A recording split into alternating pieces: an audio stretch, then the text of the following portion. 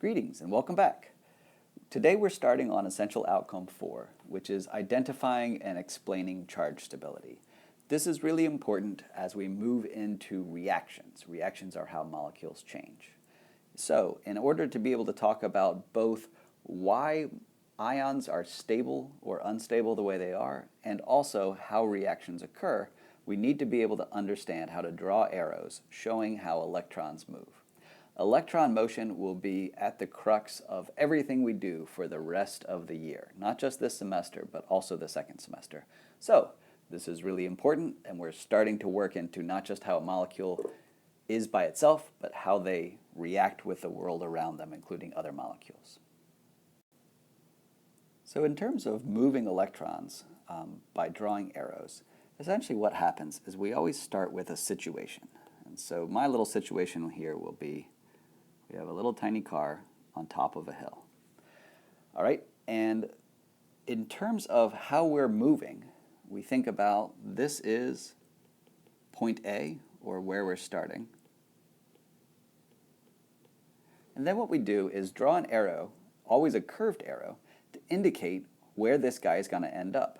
So in that starting situation, we might say this car is going to move down there. And that would be the arrow that indicates where it's going to end. Where it will end. All right, and so that would be an example of a reaction. The reaction for this is the purple car that starts at the top of the hill is going to move down to the bottom of the hill. And then we wouldn't draw it down there because this is still our starting situation. In the product of our reaction, we would draw that now, after that has happened, our little car is at the bottom of the hill. And so this is really the crux of how we move electrons, is we start somewhere, we draw an arrow to show where they're going, and then when we show where they are at the end. A couple things to point out. This right here, this straight arrow, indicates a reaction. So we always use a curved arrow to indicate that electrons are moving. Furthermore, we always used a curved arrow that has a full head on the end. You can either do it that way, or if you want to, you can just kind of fill it in like that, whatever you prefer in terms of aesthetics of arrows. But it's always important to just have the starting material as it is, draw an arrow to show where things are moving, and then you draw the product of that motion after the reaction arrow. All right, so let's think about actual electrons instead of purple cars. So where are electrons in molecules? Electrons can be in two places. I mean, it seems like a lot, but really it's only two possible situations. Either they are lone pairs. So for instance, in the case of water, there are lone pairs, so we have lone pairs right here and right here. And what that means is that those electrons are unshared.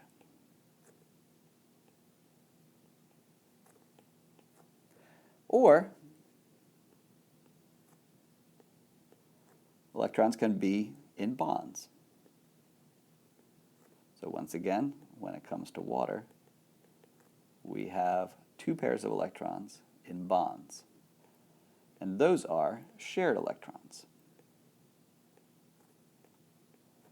So, in terms of moving electrons around, there's only two possible places that they can start. Either they're shared and they're in bonds, or they're unshared and they're lone pairs. And that's it for our electrons. There will never be any other place that electrons can exist. Either they're shared or they're not.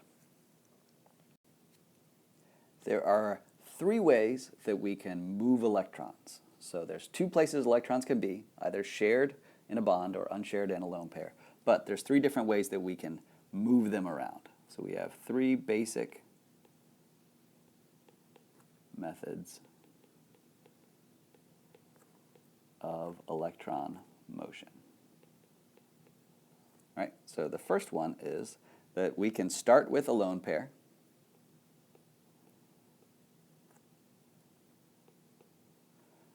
And we can convert it into a bond. So this would be electron sharing. So the way we would draw the arrow to show this is that first the electrons start off here, they're unshared, they're in a lone pair, and in the product they're going to end up being shared between the two. So we draw an arrow, and you don't always have to circle them, but for the case of today, I'm going to. So this pair of electrons is going from A, and it's not going to B, it's being shared with B. And so the arrow that we would use is that. The electrons start off on A, and they end up being shared between A and B. There is no time that we ever just take a lone pair off of someone and put it on someone else. They can only possibly start from a lone pair and become shared. So that's the first method, it's just electron sharing. They turn from a lone pair into a bond.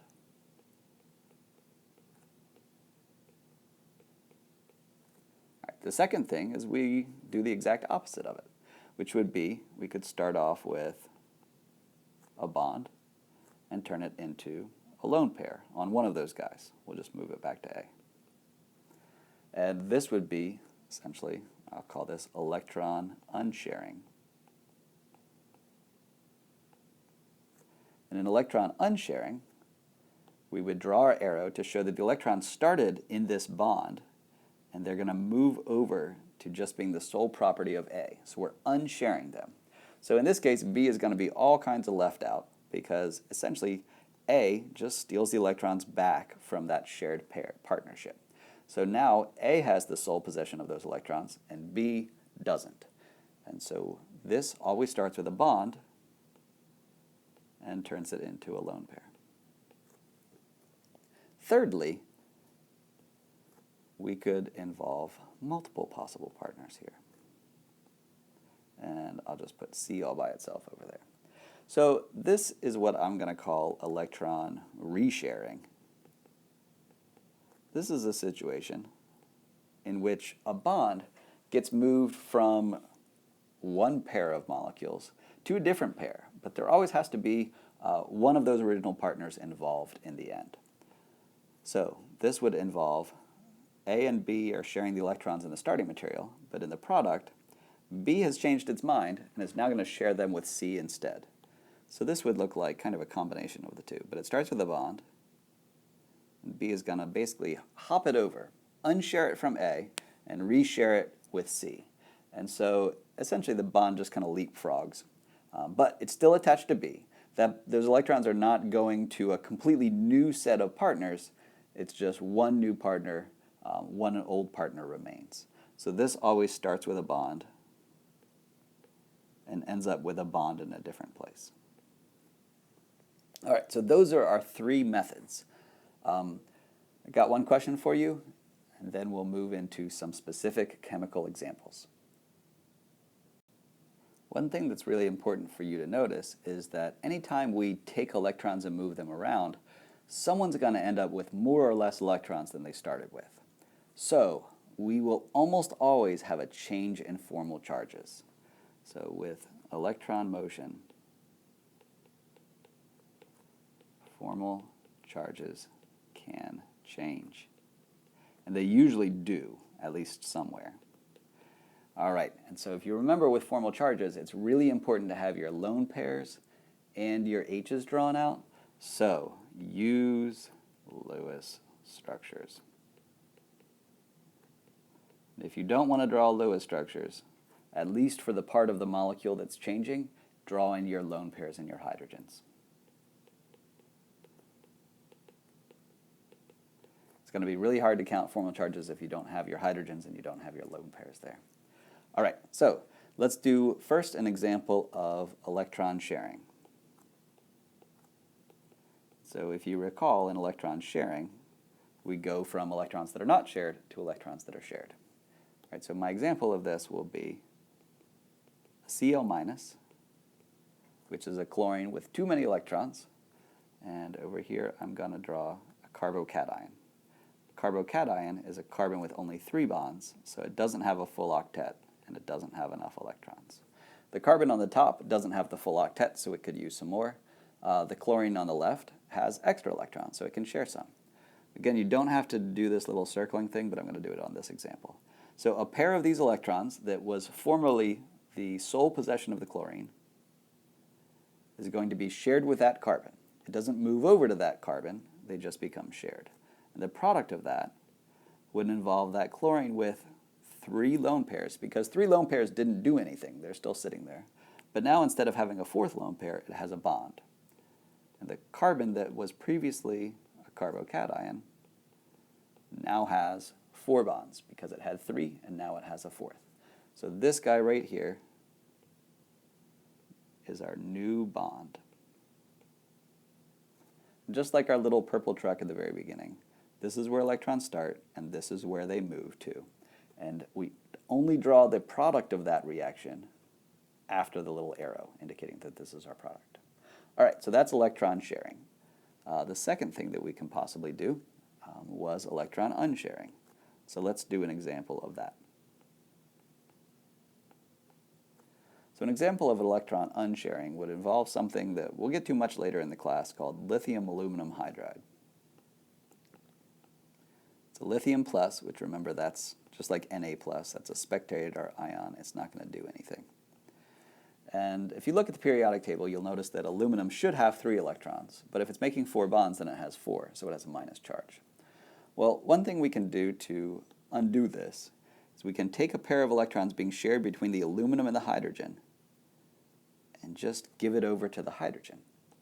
And this would result in a product that would have still our lithium plus, because nothing happened to that, and still our aluminum with 3 bonds to hydrogen, because 3 of those bonds to hydrogen didn't change. We didn't draw any arrows anywhere else, so those guys are still the same.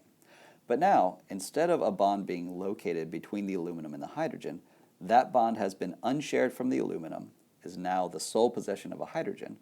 So we would have off here to the side, we'd have a hydrogen with a new lone pair. And that guy would have a formal charge of minus. All right, I would think about why that might happen, by the way. Let me know if you come up with anything for that when we see each other in class soon. All right, so the third thing is kind of that electron resharing. This happens very often in resonance, which we'll get to very soon. But what can happen here is that we can basically do that kind of hopping a bond over. So I'm going to draw out a relatively big-ish molecule that has a plus charge down here at the bottom. So resonance is where you just move electrons around within one molecule instead of moving from one molecule to another. All right, that plus charge is a carbon that doesn't have enough electrons. So what we could do is take a pair of electrons that's in a bond. Specifically, these are in a double bond, so we're not taking the whole thing, we're just taking the second bond, so the pi electrons, and we're moving them over to the right. So what's going to happen is that we will no longer have a double bond here because we're taking a pair of electrons away. And we're adding the electrons to this bond, so this will become a double bond. So when we draw this out, in the product, we will have no bond right here, so we're missing a double bond there, and we'll have a new double bond over here on the right side. All right, and let's look for our formal charges.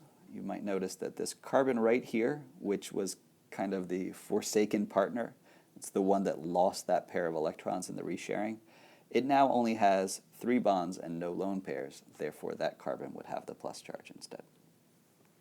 All right, so those are 3 examples of how we can do those 3 different methods. Sometimes we do multiple ones at once, so let me shrink all this down. Oh no. All right, put this up here. And let's look at how we can use 2 of those methods together, because sometimes this happens. And I'll give you a very simple example of how an acid-base reaction happens. All right, so let's put in some sodium hydroxide, which is Na plus and OH minus.